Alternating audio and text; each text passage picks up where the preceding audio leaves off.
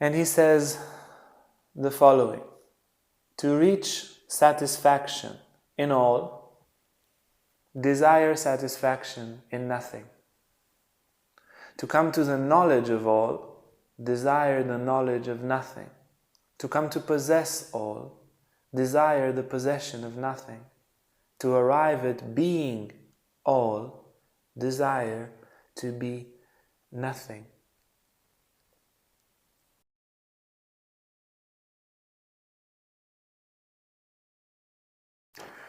It's Tuesday.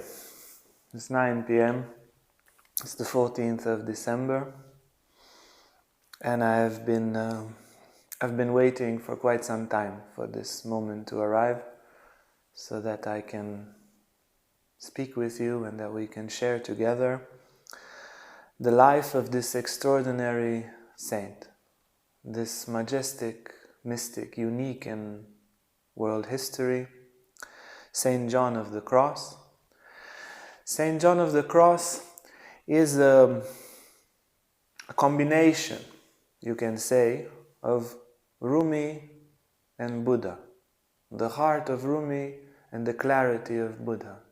The existential, magnificent poetry of Lao Tzu and the mystic, systematic, mathematic clarity of Patanjali. And it's extraordinary. I mean, we had our Patanjalis, we had our Rumis, we had our Buddhas, but each one of them kind of developed a direction. We have those great mystics that developed the heart, extraordinary heart. Rumi, what a love, what a devotion, what effervescence of love. And this path becomes very, very clear in his poems. And then we had Vivekananda and Buddha, Shankaracharya, Nagarjuna. What clarity! The entire inner world put in all its pieces like a puzzle. What fantastic clarity! How beautiful! And what we have in Saint John of the Cross is both. And that allows, and it's not by chance that he's also a poetry, also a writer, and also like a mathematical, let's say, foreteller of the mystical experience, because he had all these qualities put into one, and it allows the people of the heart to understand, the mystics of the heart to understand the mystics of the clear mind, the mystics of transcendence, and it allows the mystics of the clear mind and of transcendence to understand the path of devotion. And his life and his writing stands as a monument for that. And he says the following: to reach satisfaction in all, desire satisfaction in nothing. To come to the knowledge of all, desire the knowledge of nothing. To come to possess all, desire the possession of nothing. To arrive at being all, desire to be nothing. That's how it's a very Taoist. Yeah, it could easily come from the Tao Te Ching. Could easily come from Lao Tzu, this quote. Yeah, it doesn't necessarily need to come from, a Spanish Christian mystic. But his realization through Christ became so universal. His understanding of the paradoxical yet perfectly coherent and harmonious nature of creation was so big that he could write these universal stanzas, this universal poetry, and it's full. His writings are just full with these pearls of wisdom. Let's look a little bit at his life.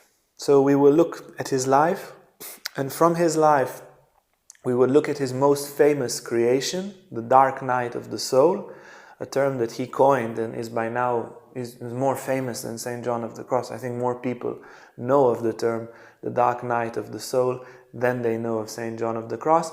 Most people think that the dark night of the soul is if you're going to a yoga class once a week and your girlfriend left you or your boyfriend left you and you feel a bit upset and you're doing a little bit of yoga or something. That's the dark night. If you're a little bit spiritual and you feel slightly upset, that's the dark night, or very upset or very depressed, and you are doing a bit of spiritual practice, then that's the dark night of the soul. But we will see it's a very specific term that he coined there.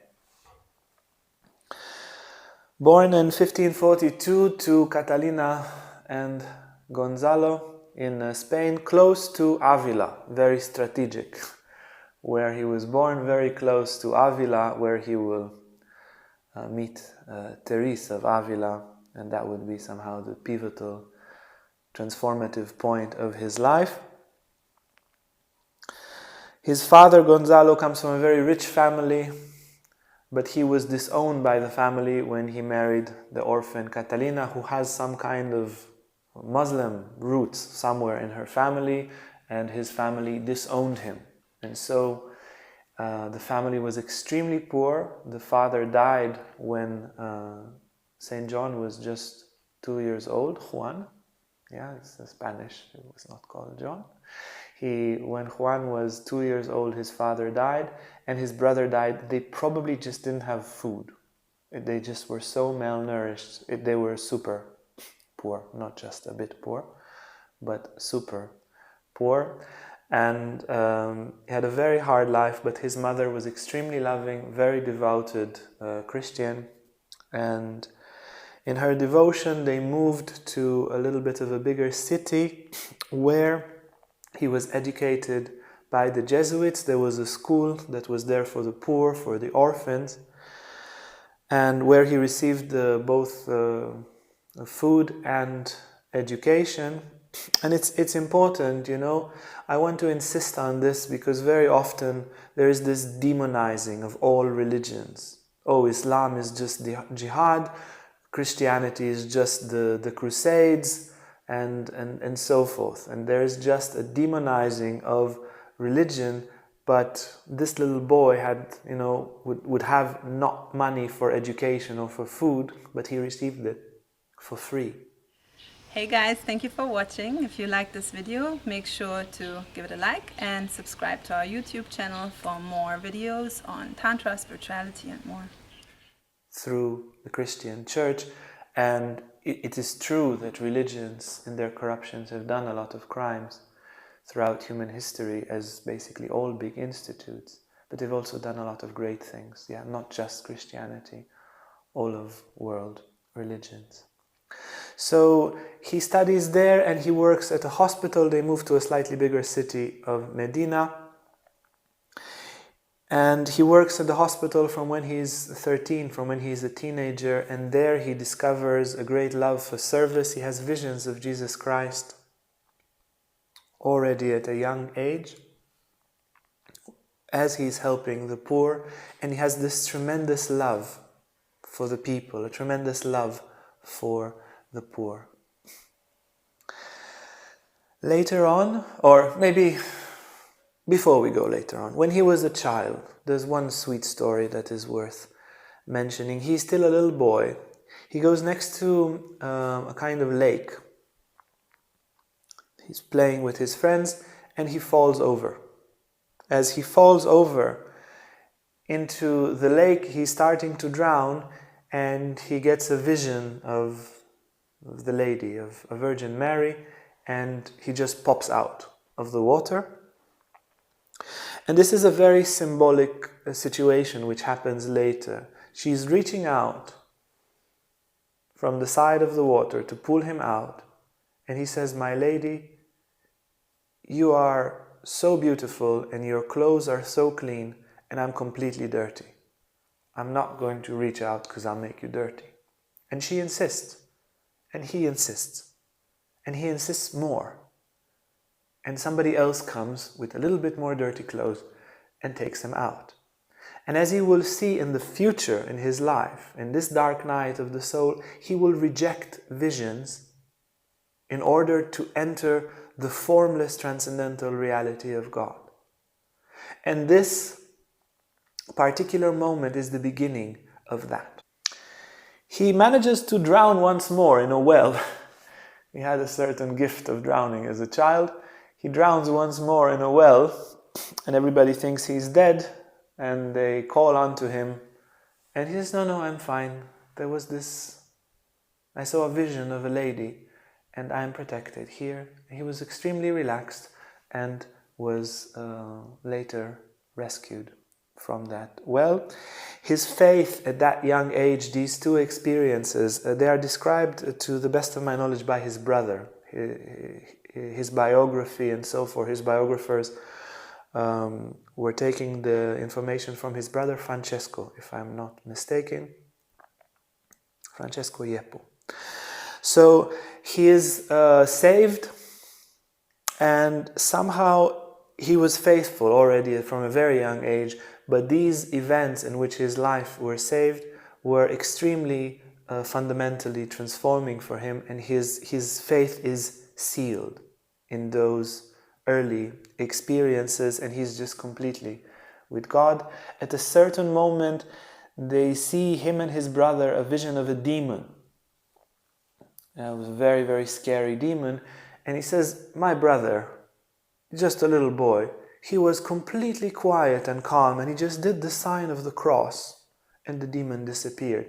He had a certain verticality, a certain maturity, and a certain spiritual strength from a very, very young age. They try to teach him all sorts of professions. He is too uninterested. Nothing works. His mother really tries so that he learns some kind of job so he can come out of poverty. It doesn't click with him. And he joins the Carmelites. He becomes a monk at the age of 21. He studies theology in the University of Salamanca, and in this he is extraordinary. He's the brightest and most illuminated student there. It was a very big and important university in Salamanca. He's very loved, so he gets support to go and do these endeavors.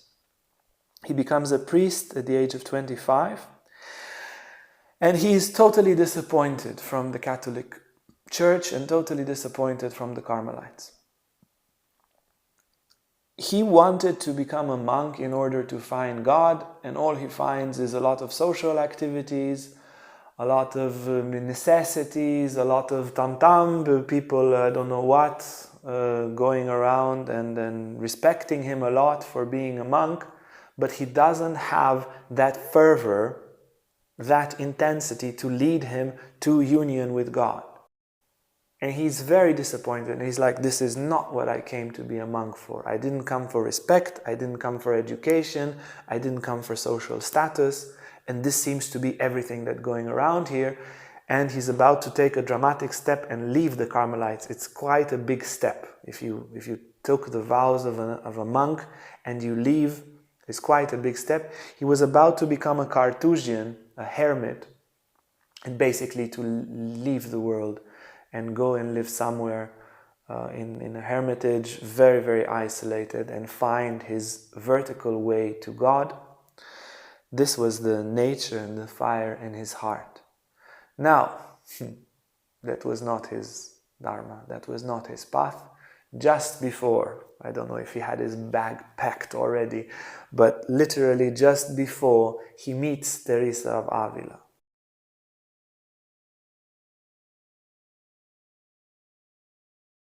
Hey guys, if you like this video, make sure to like and subscribe to our YouTube channel for more content on spirituality, Tantra and more. And if you want to sign up for our online classes or for our retreats, you can see our website on the description below.